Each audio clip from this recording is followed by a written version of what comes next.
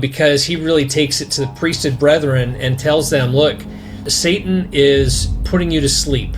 He lists off like 9 ways that the devil tries to lull the priesthood, and I think his phrase was, reduce them to sleeping giants. The BYU had hired somebody in the 1980s by the name of John Goodlad.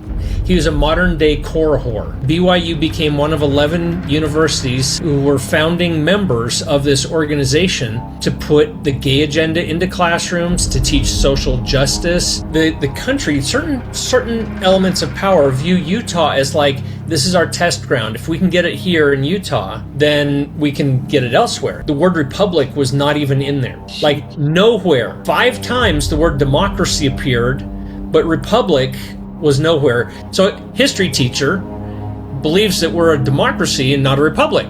I just got down on my knees and I one morning and I said, Lord, if you want me to step into this battle, you've got to send me help. This is way bigger than anything I can do. And in the coming days, there are going to be some serious things that happen in our country that unless we're grounded in the scriptures, unless we have a firm testimony of the gospel, we're going to fall.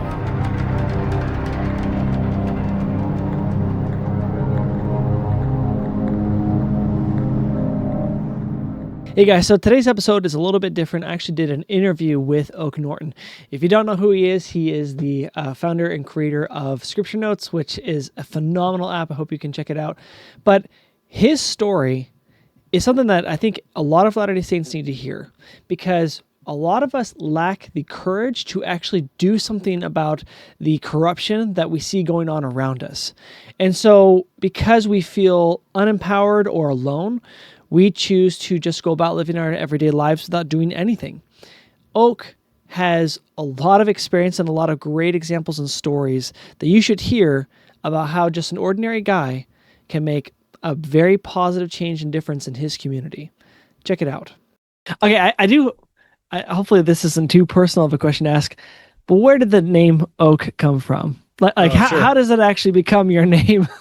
Yeah, I actually get asked that question a lot because it is different. One of my ancestors owned a lumber mill in New York, and as the story goes, and I got this from direct descendants of the lumber mill owner, his name was William Duke. He and his wife had a son, and like supposedly he was a workaholic down at the lumber yard all the time, and so for like a month they hadn't named their child, and his wife came down to the lumber yard one day and said, the next 2 words out of your mouth are what we're naming our child. And just then somebody said, hey William, what's the next shipment coming in? And he hollered across the yard and said, Oak Staves.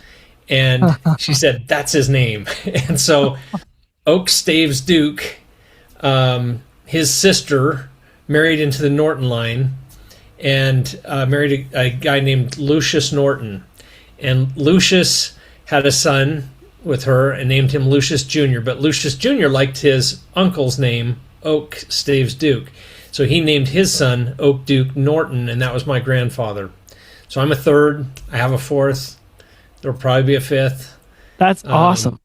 Yeah, it's kind of fun. Now, you shared with me, though, your story about in Utah, about the In God We Trust scenario. And yeah. Just give everyone kind of the context of that. Like, what is this In God We Trust scenario? Okay, so I've got to jump back in time a little bit to kind of prep for that. So somewhere around 2001, I was sitting at our dining room table one night, and I happened to pull up an old talk of Ezra Taft Benson's. And I don't remember how I stumbled on it or how I found it, but it's from 1965. It was a general conference talk he gave in April of 65 called Not Commanded in All Things. And this is actually, like, I think a pretty famous talk in constitutional circles because he really takes it to the priesthood brethren and tells them, look, Satan is putting you to sleep. He's like, he lists off like 9 ways that the devil tries to lull the priesthood, and I think his phrase was reduce them to sleeping giants. And really, he said reduce them to sleeping giants. Yes. Now, this was a priesthood session, or what was this? I don't remember if it was priesthood said. It probably was, because it's kind of like directed to the men. And it is a phenomenal talk. Like, everybody listening needs to read that talk. I read that talk, okay, again, April 1965, not commanded in all things. I read that talk and I felt so convicted, like, for growing up. I grew up in Pennsylvania, and I believed the Constitution was inspired by God, but I had never studied it. And I was like, oh my gosh, like, what am I doing? Like, I have no idea what I even believe about the Constitution. You know, like, I have no background for it. So I started getting, I don't know the first thing I did, if it was like read the Constitution, or if I just went to Cleon Skousen books, but I started getting into some of those. And so I read like the 5,000 Year Leap, and I got The Making of America, which is, if you've never seen The Making of America, that is phenomenal book. I have that in my library. It's thick, but it's so amazing. It's so good. Oh yeah. Got it right here. Yeah. So, yes. This is a massive book. What Cleon did, just for the person that's not familiar, he took every phrase from the Constitution and then put quotes. It's like the Constitution by phrase, with quotes from the founding fathers and their arguments about why they put that phrase in there. Literally, like, every single principle. Like, every single principle. It's amazing. That's okay. That's a whole nother conversation. Sure. I started to read these things and get familiar with it, and I didn't know what I was going to do with this knowledge. I just knew I needed the knowledge. You know, the Spirit had pressed that on me, that I needed to understand the Constitution better. 2004 comes around. My daughter, my oldest daughter's in school in Alpine School District, and I discover it's the end of her 3rd grade year. It's March. And I realize, it's March. She has not studied the times tables at all this year. And what is going on with this? Because, like, I did times tables all through my 3rd grade year when I went through school. And so I went to a parent-teacher conference, and I asked her teacher, I said, hey, I noticed Savannah hasn't been learning the times tables yet, and I remember doing that 30 years ago in 3rd grade. You know, like, when are you gonna start doing it? It's almost the end of the school year. And she said, oh, we don't do that anymore. And I was like, what do you mean you don't do that anymore? She said, yeah, it's not part of the curriculum. And I said, what do you mean the times tables aren't part of the curriculum? How do you expect kids to, like, learn their times tables? And this is not a new teacher. This is a 23-year veteran teacher says to me, well, the smart kids will just pick it up as they go. And I was like, I'm an accountant, and that just does not settle well with me, you know? And so I went right down to the principal's office, and I said, what is going on? And he said, oh, calm down.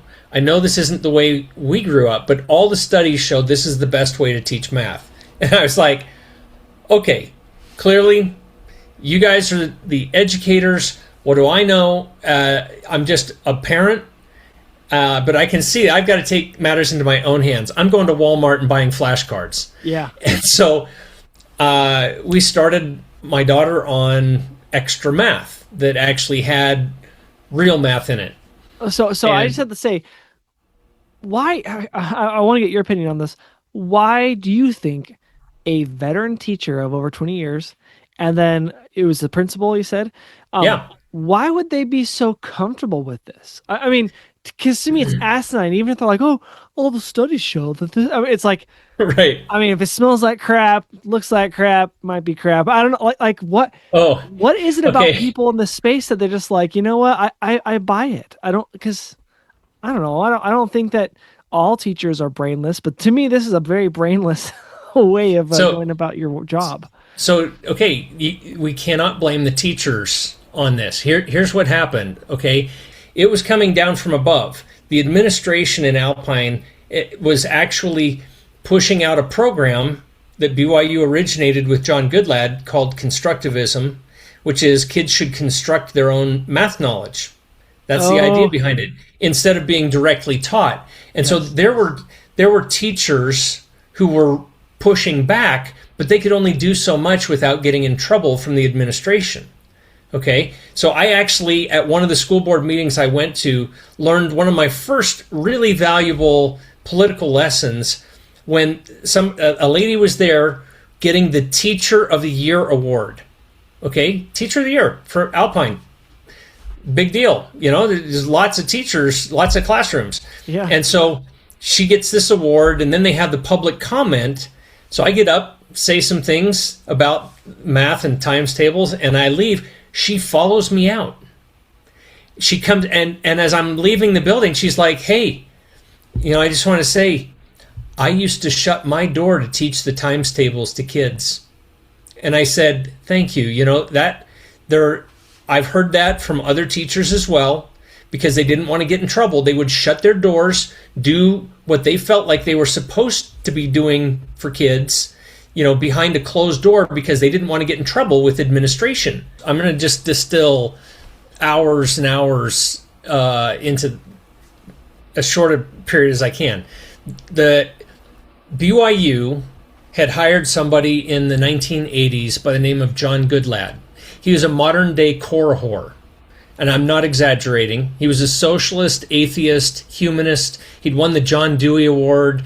This guy taught there at BYU in the education department for 3 years, then left to start what was called the National Network for Educational Renewal, NNER. BYU became one of 11 universities who were founding members of this organization. And John Goodlad, one of his goals was to put the gay agenda into classrooms, to teach social justice. He wrote several books that were clearly anti-family. He made statements like, public school has served as an important check on the power of parents. He was absolutely, the design, his design was to separate parents from children. Yep. And have the schools teach the children while they were away from the influence of their parents. And BYU was one of its founding supporters, donor. Yes, for 25 years. Okay, now I'm skipping here because of your question. Yeah. I didn't find out about John Goodlad until around 2008 or 9. So this is a few years in the future from kind of where we're at. Yeah. When I did, at that point, I need to come back to this. Okay, I've got to finish kind of the first part of the story. Yeah, lead up to it. Okay, so we're going to come back to what happened. A little teaser for people. So 2004, I have this experience. It might have actually been 2003 for the initial math experience, and I was like, I don't know what the school's doing. I'm just going to have to teach my kids. And so the next year, like about a year goes by, I remember my daughter was in 4th grade. I came home one day and she had a piece of paper that on this, like on a blank piece of paper, she had circles all over this paper and she was drawing lines down the paper. And I said, "What are you doing?" And she said, "Long division." And I was like, "What? That looks long. Like, what are you trying to do?" And she said, 120 divided by 30. She had to count 30 circles. She had to draw 120 circles, count 30, and draw a line down the paper blocking off 30 of them. And I said, "Why didn't you do it the way I taught you?"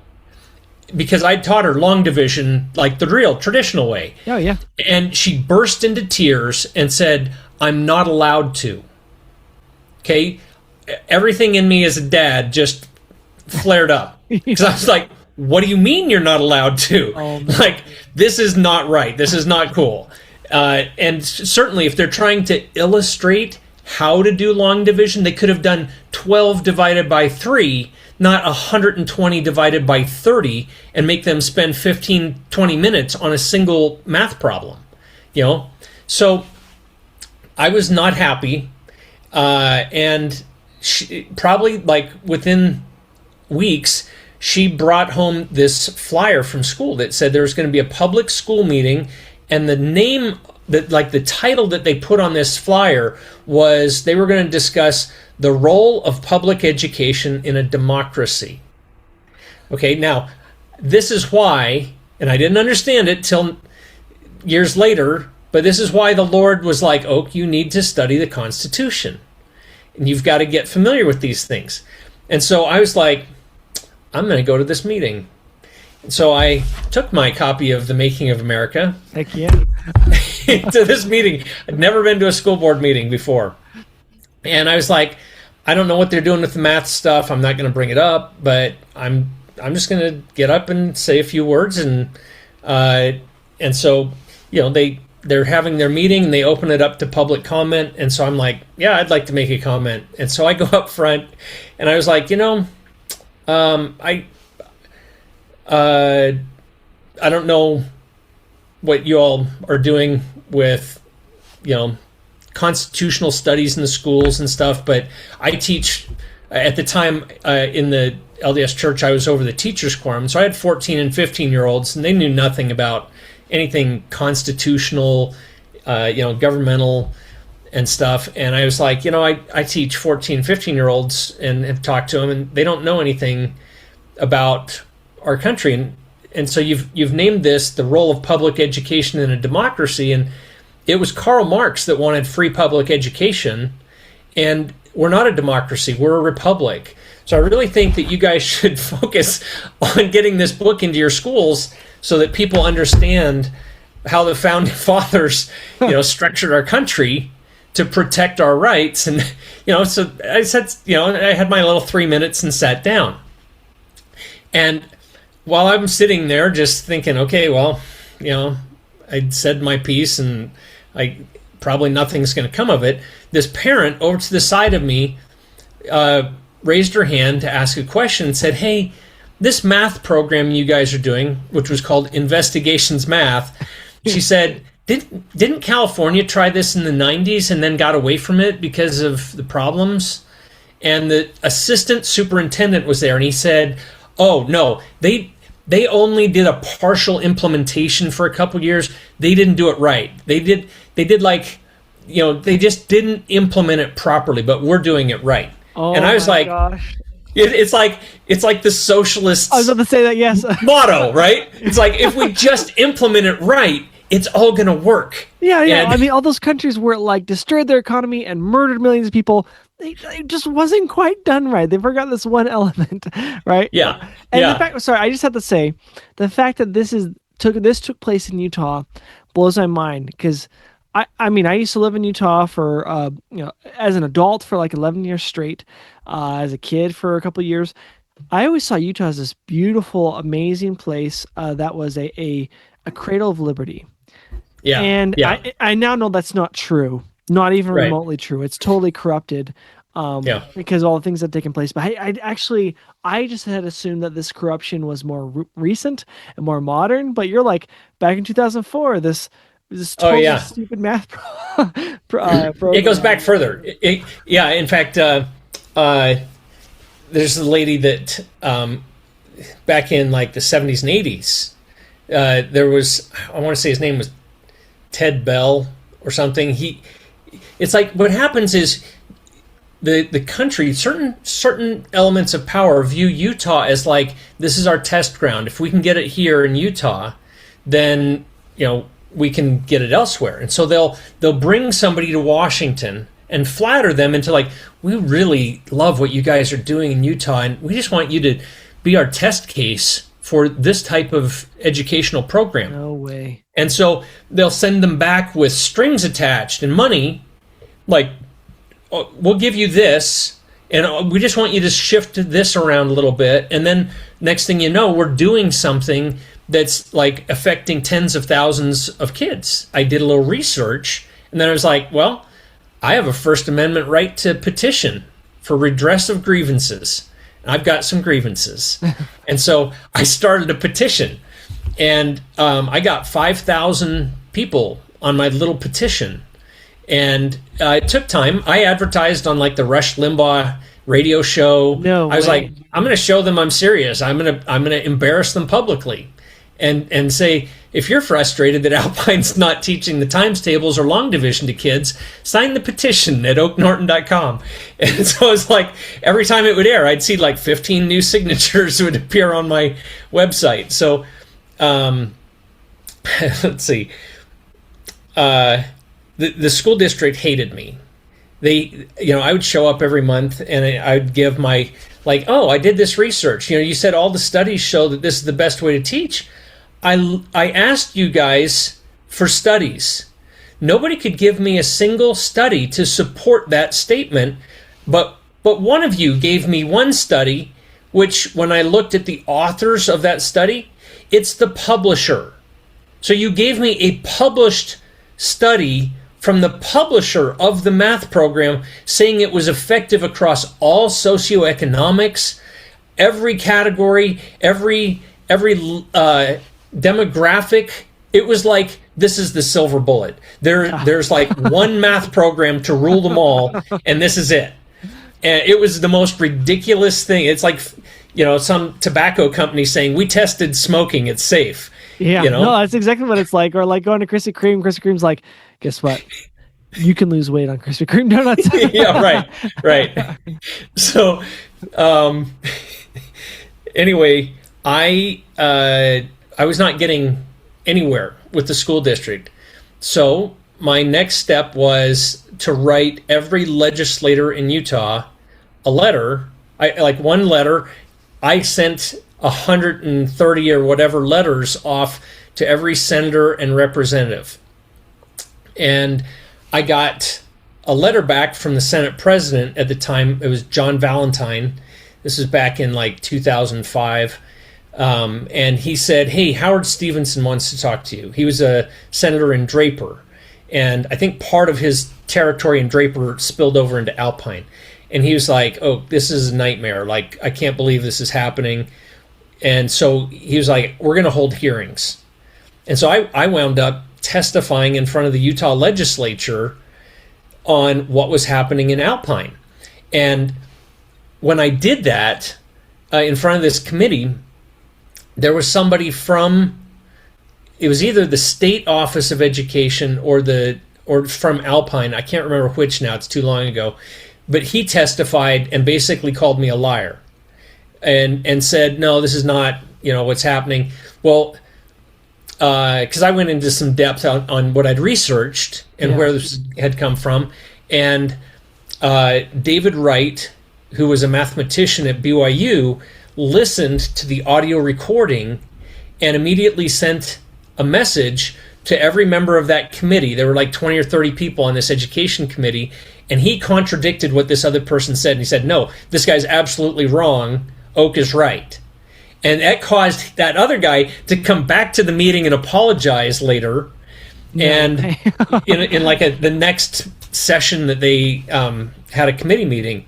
Well, Howard said, Oak, we've got to do something about this. And so he contacted the state superintendent of education and got Margaret Dayton involved as one of the other senators over education.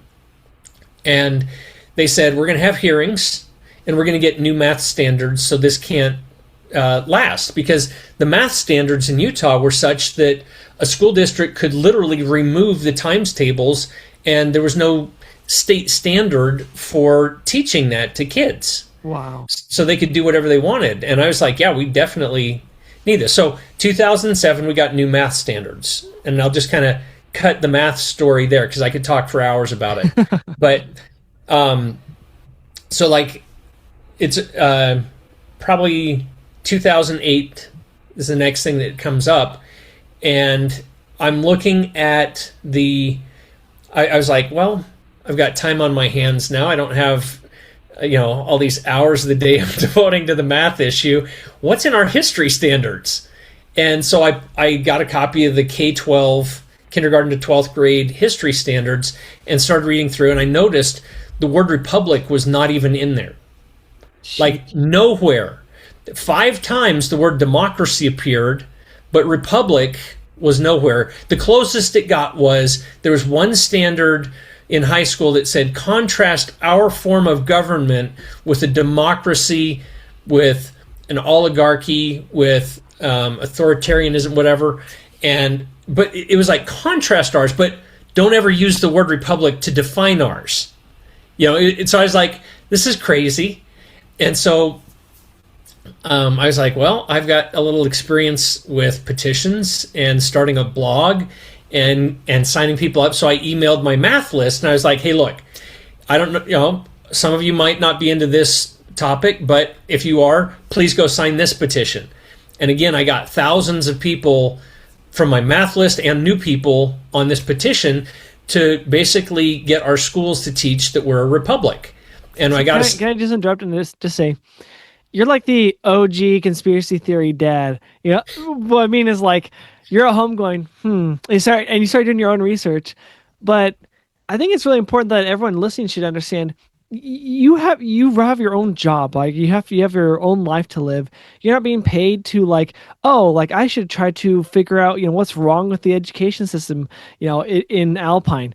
You're just like a concerned citizen who dipped his toe in the water and got bit, and so you decided, well, I'm going to keep going until there's nothing else to bite me there, because I feel like people ought to recognize, like, normal people, like, Oak, you seem like a normal guy. I mean, very intelligent but very normal, and that's all it takes is for a normal person to do something. Sorry, I had to call that out because it's just fascinating that you're just, I wonder.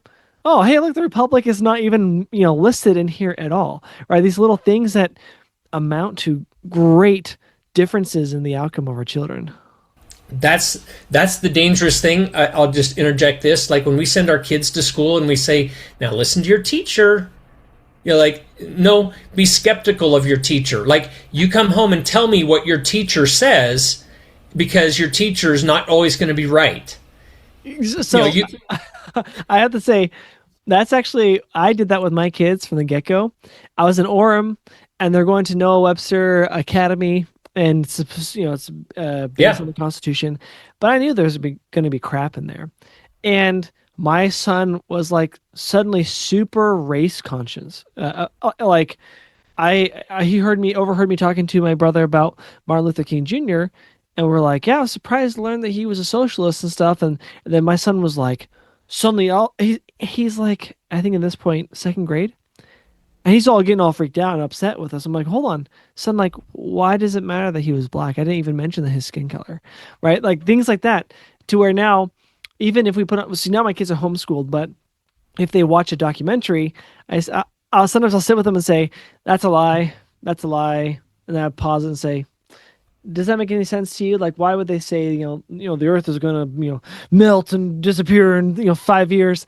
And so my wife texted me the other day. She said, you have ruined homeschool. I was like, what do you? She's like, Kellen, that's one of our boys. She's like, Kellen now says everything in the documentary is a lie. I said, well, most of it is. It's not true. Sorry, I just had to share that. I just think it's hilarious. That is funny. So the word republic. So a state legislator ran a bill that said, it basically mandated that every school must teach that we're a compound constitutional republic.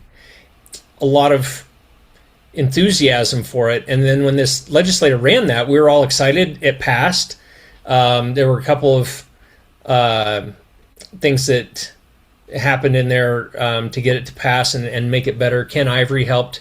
I think he inserted the word compound instead of just we're a constitutional republic. He wanted to make sure people were taught the difference there. And so on my website, I've tried to, like, structure a little instructional page at the beginning. But it was during this time frame, so getting to your poster thing, I found out around this time frame that it's a state law in Utah that every school must post the national motto in a prominent place. And I was like, I've been in our elementary school a number of times, and I've never seen the national motto. And I was like, next time I go, I've got to really pay attention. So I was walking down the hall, and it's just like at that particular school, there's like a long hallway that goes to the school office, and there's classrooms on the side. And as I was going down the hall, I just happened to notice to the side this huge freedom display. Documents, quotes, very beautiful display if you were looking right at it. But as what I realized was it was noise. It was like pure noise because there was so much stuff there. And I was like, yep, there's In God We Trust. It is posted. They're complying with the law, and not one of these kids will ever see it for the 6 or 7 years that they're at this school. And so I had this idea, and I had a friend that was an artist that actually, so the math fight made me kind of go crazy a little bit. And so one of my outlets for crazy is humor. And so I started a comic strip with a friend. I would say, like, Bob, I need you to draw me this picture and caption it like this.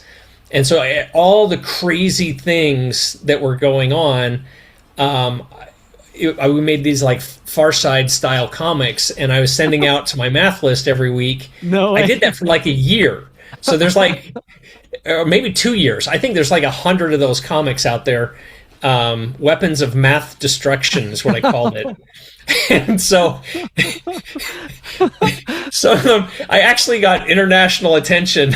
I had people in England actually reach out to me and be like, "Oh, we love your comics." And so no way. it was funny. But anyway, I had him. I said, "Bob, I want you to make me a poster that just has the national motto on it, In God We Trust, and put at the bottom of it the motto of, what is it? The national motto of the Republic of the United States of America." I actually have one. So like after I'll get to the project, but like here's what it looked like. I actually framed one. So this is the little poster. That's awesome. in the middle here.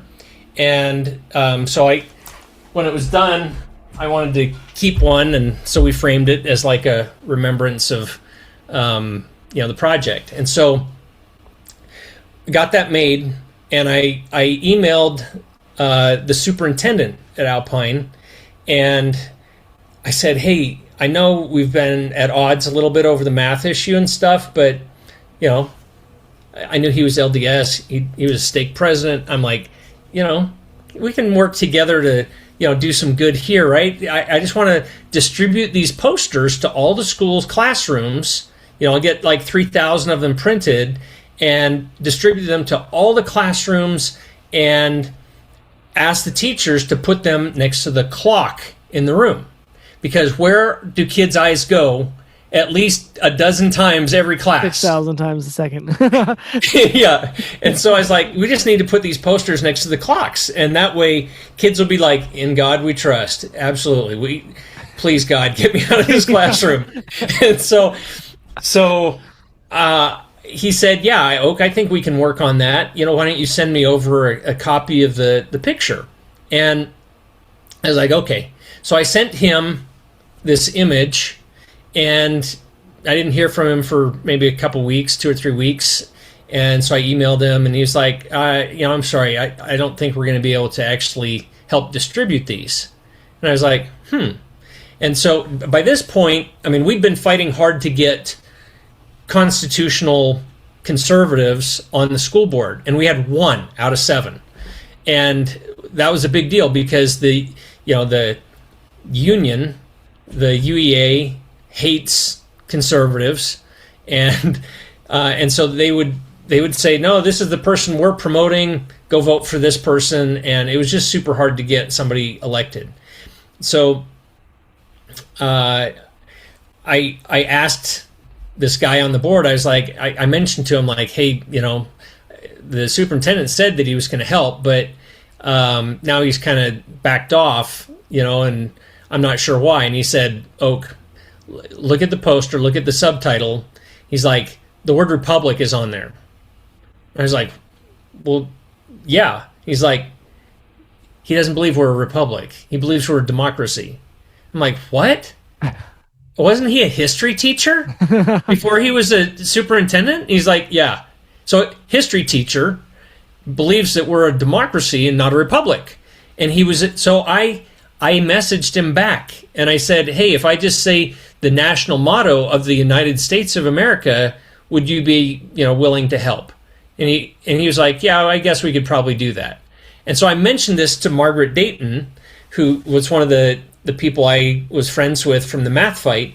And she was like, do not take that word off. And I was like, okay, I'll distribute them. I'll get help to distribute them. And so we printed them up.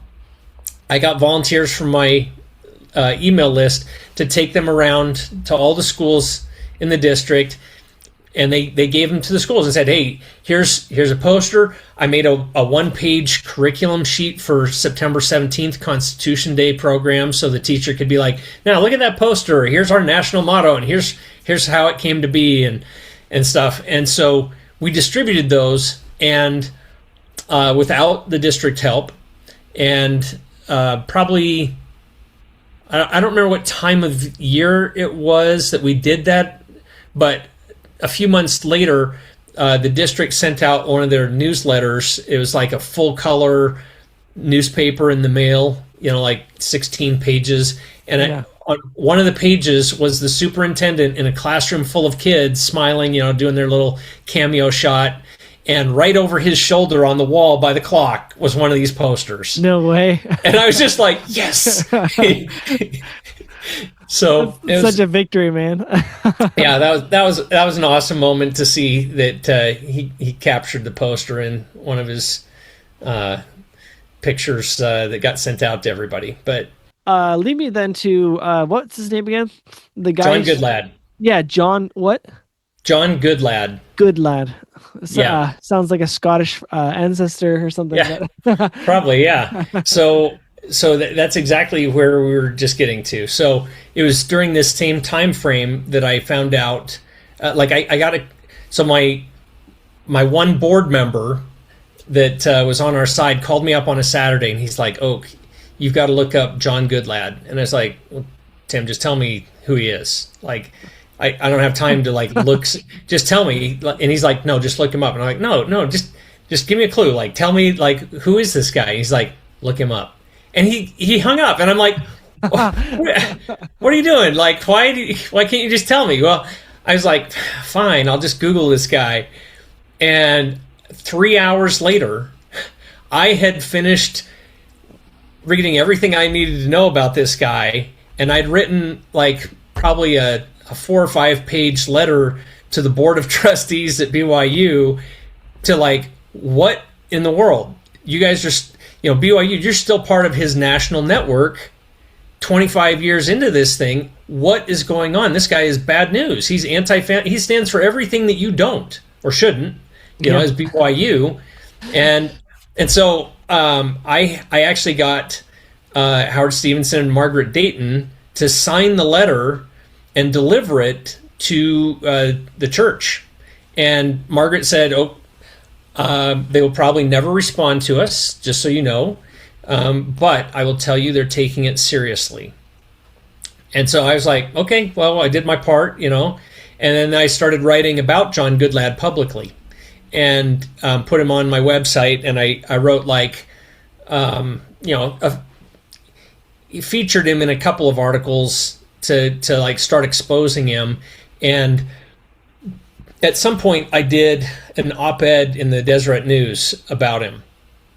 And it was probably 2 months after that was published that BYU announced they were leaving the NNER for financial reasons.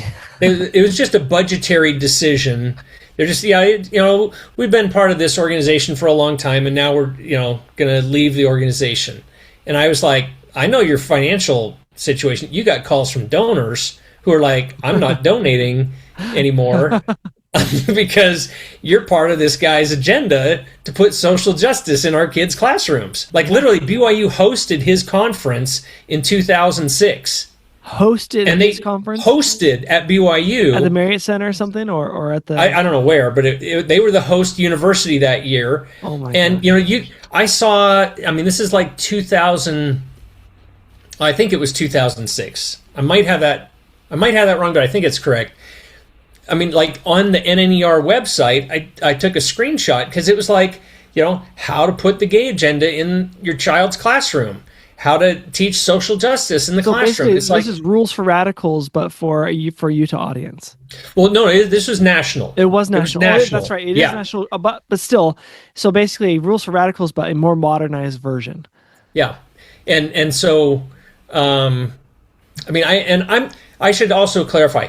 I'm not the only one doing this stuff. Like, I would kick it out there, but there were lots of people participating, helping. I had some incredible people that were just invaluable. Like, I go back to the math fight. David Wright was invaluable as a math professor at BYU to lend credibility to what I was talking about. There were other people that were super helpful.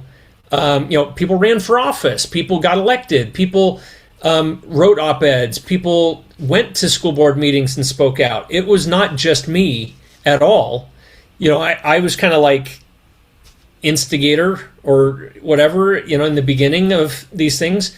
And so like 2010, I had been called a number of names and had a reputation among the state office of education and our school district. They did not like me.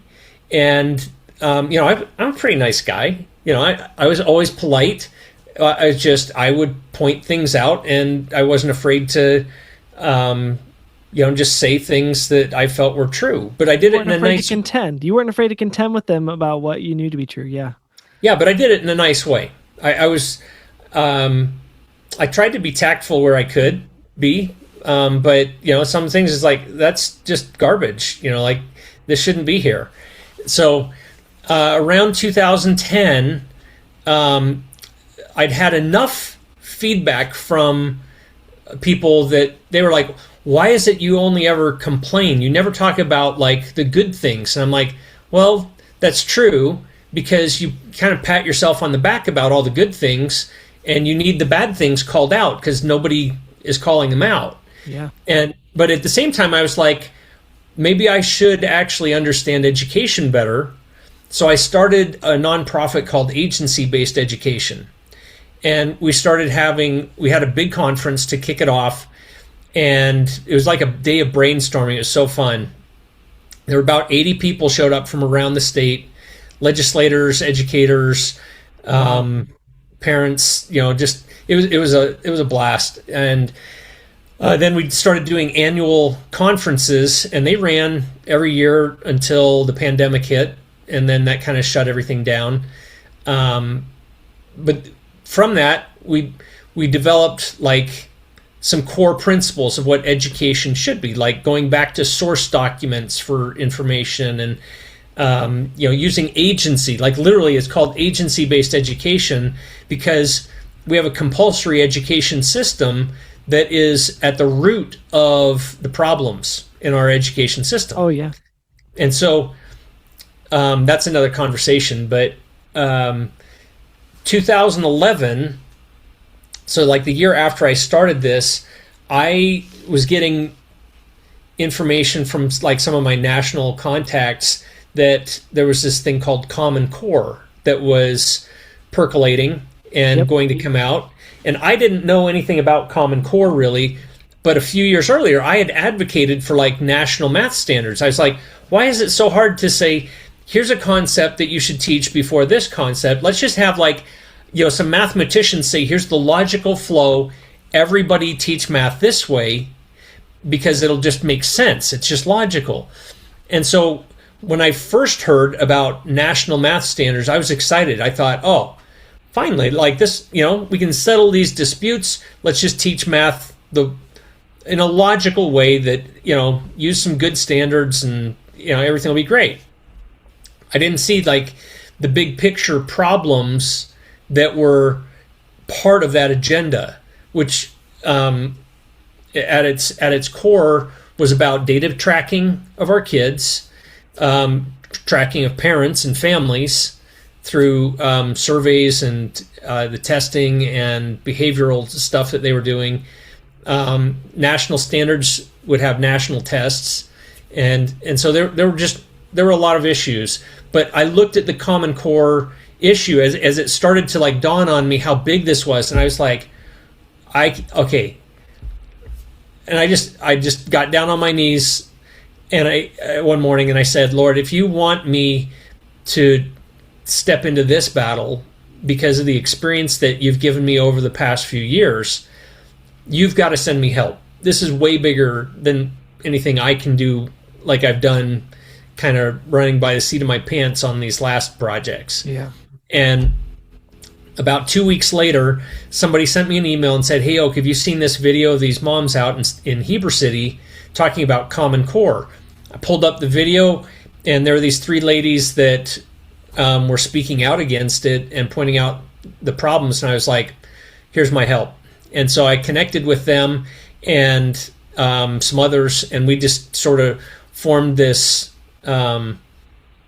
group of people to fight Common Core. And so we created UtahnsAgainstCommonCore.com, and I've run that website ever since. And it used to be a lot more active, but there were several years when we were extremely active and trying to advocate to get rid of the standards, to get better standards, to give opt-outs on the test. That became really controversial because schools get paid based on like participation and stuff. Yeah. and so we were trying to do what we could. And there's a guy named John Taylor Gatto. He was New York City's Teacher of the Year, New York State's Teacher of the Year, like twice. And one of the things, he's amazing. That's an educator that.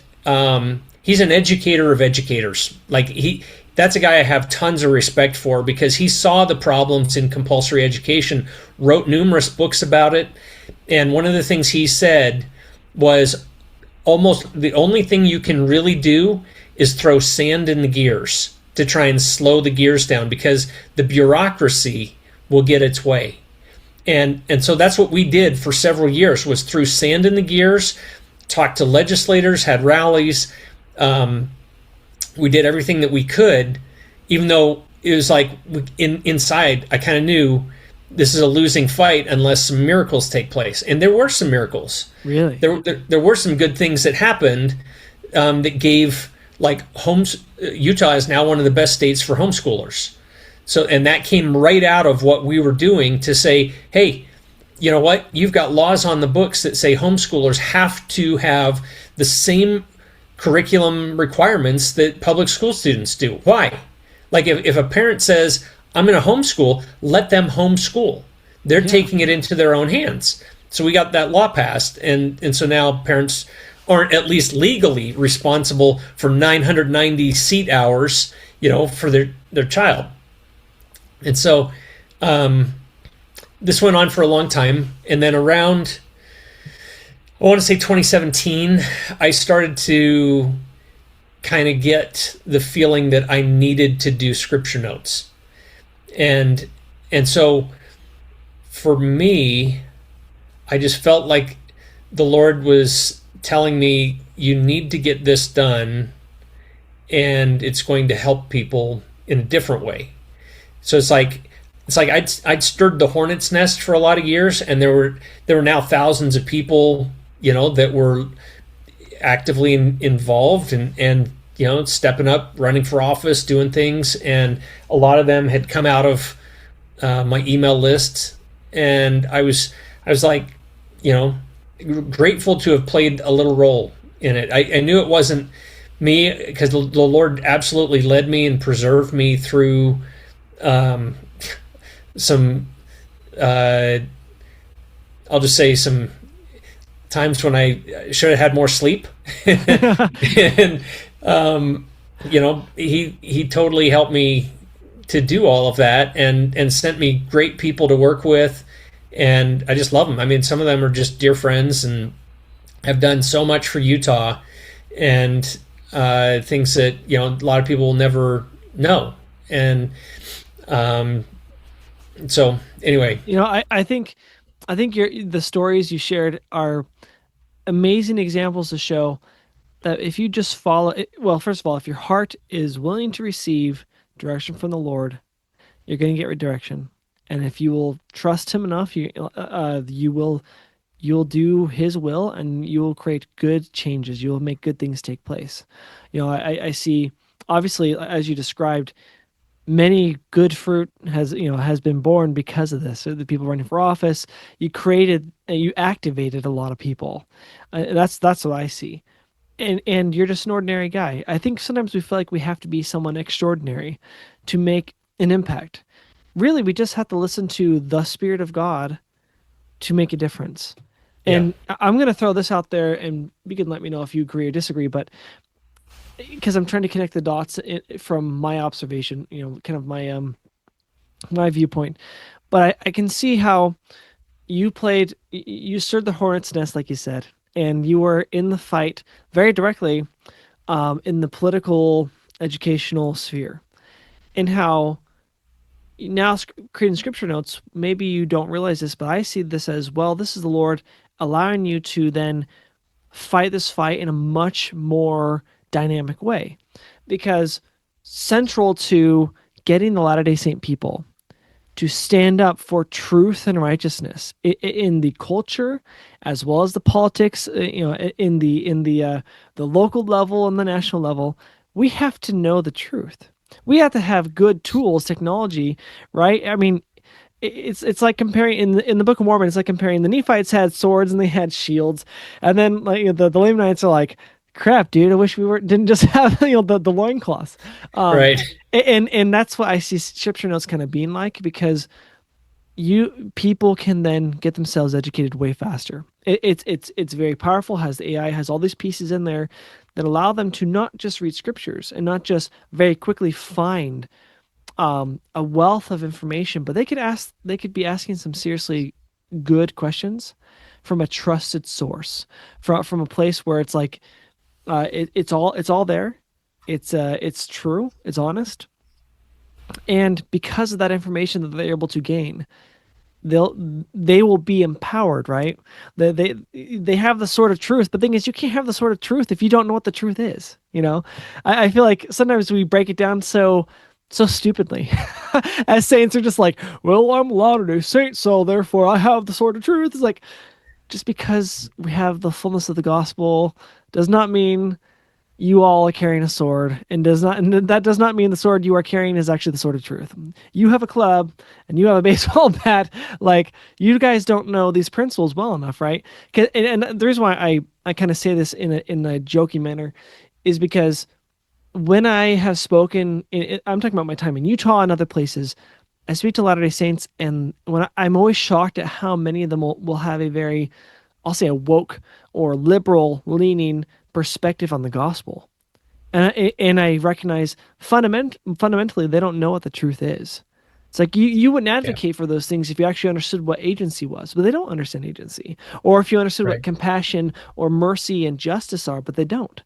And I see that the Latter-day Saints, if we're going to actually do more of like what you described in all of your experiences, then widespread, we need to know. We have to have a knowledge. We have to have knowledge and wisdom to act upon it. So like with scripture notes, there's a couple of taglines that I've used, like get more revelation in less time, because the tool is just like, it's just designed to like let you find stuff and make connections so much faster.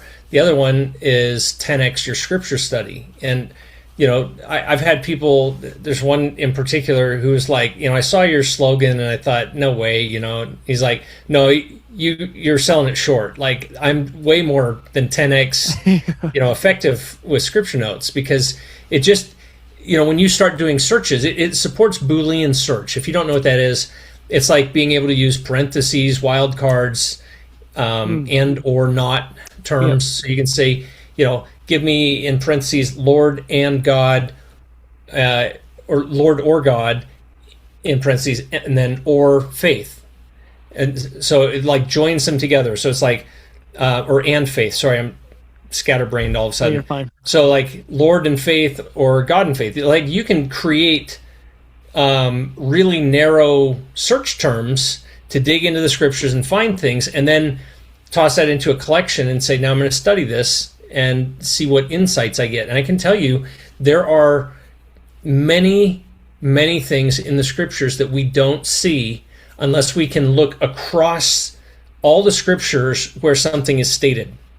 So the Lord doesn't like say, here's a chapter with every principle about faith, just study this one chapter. Yeah. Like Alma 32 is our faith chapter, right? No, it's about faith, but there's tons of places where there's insights on faith. And unless you actually study those across the scriptures, you're not getting the depth of knowledge that you could otherwise. So for me, it became a tool to give me flexibility and also the ability to like make those connections faster.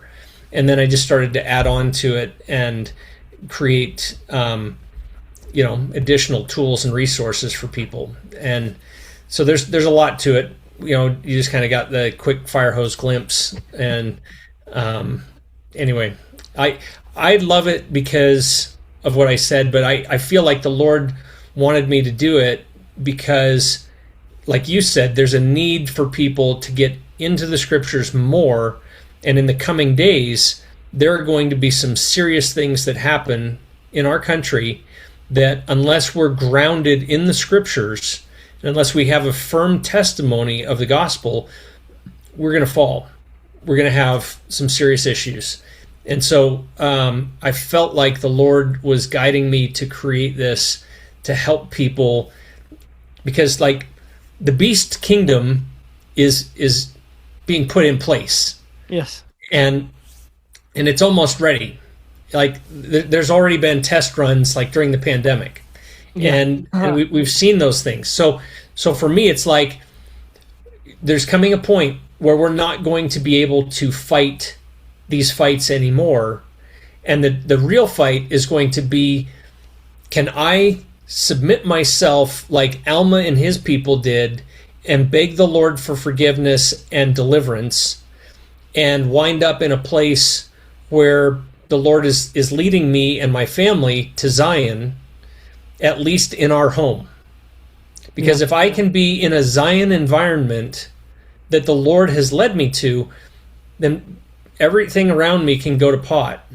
And the Lord can still keep us in a millennial state. And so it's incumbent on us to essentially say, I want to enter the millennium now. We don't have to wait for Christ to come to enter the millennium. And I can't think of the exact quote, but there's one of the prophets said, you can have the millennium in your home now. And that should be our goal, is like becoming a Zion person now, understanding the doctrines, seeking for those blessings, and having that peace in our lives. So when everything falls apart, we can say to our neighbors who are not prepared, here's truth, here's how I can help you, here's what we need to do, and understanding those principles is going to be invaluable, and having that inner peace. And so that to me, I guess, is my hope that people can take from Scripture Notes, is like the fighting is important, but it's not the most important thing. It's the spiritual preparation, which I think Scripture Notes helps us accelerate. And when we have that kind of layer, then we can step into the public circles and do those kind of things in a way that the Lord will magnify. Because it's not me. It wasn't truly me that was like, oh, Oak did this, Oak did that. I really felt led a lot of the time, and it was uncomfortable a lot, because of what I was doing and saying, but it was like, I just feel compelled to do this, and then it's like, I just felt like that's what the Lord wanted me to do. And so for those listening, I would just say, trust in the Lord, ask him what you should do, get educated, because your education on these things is the foundation. You can't say something that's incorrect to people or you lose credibility. And then they're like, well, they don't know what they're talking about. So study the Constitution and these principles and study the scriptures and make sure your foundation is solid, and then, ask the Lord how you can be used, and he'll put you to work somewhere. Oak, I really appreciate you taking the time to share with us your story. That it's amazing and it's empowering. Honestly, I think you and I are gonna have a lot more conversations. There's so much more I want to say to you that doesn't really apply to this episode directly, but I'm blown away. I guess I shouldn't say blown away, but I love that there are more people. I'm discovering more and more there's people like you out there who just care about what's going on, and you go and do something about it. And that also people like you who follow the Spirit and now give us a tool that allow us to, expedite our revelatory processes and be ready for what is to come. And I just want to say, I wanted to add this because you mentioned, to live the millennium now. To kind of put that in context, in case someone's wondering, what is the millennium? Well, the millennium is the personal reign and rule of the Savior Jesus Christ upon the earth. So if you wanted to have the millennium now in your home, it means you are trying to make the Lord and Savior Jesus Christ the ruler of your home, right? To rule and reign in your home, which means His Spirit is it's basically it's like a temple. I mean, this is why the church says that there's only one place second in this world to sacredness, to the temple, and that is the home. It's only number 2 place. It's not the church building. It's not your seminary institute. It's not the MTC. It's your home. And I think we're going to have to take that a lot more seriously as the days to come. Well, Oak, thank you so much. I appreciate your time, and we'll be in touch again shortly. All right. Thanks, Alex. Take care. See ya.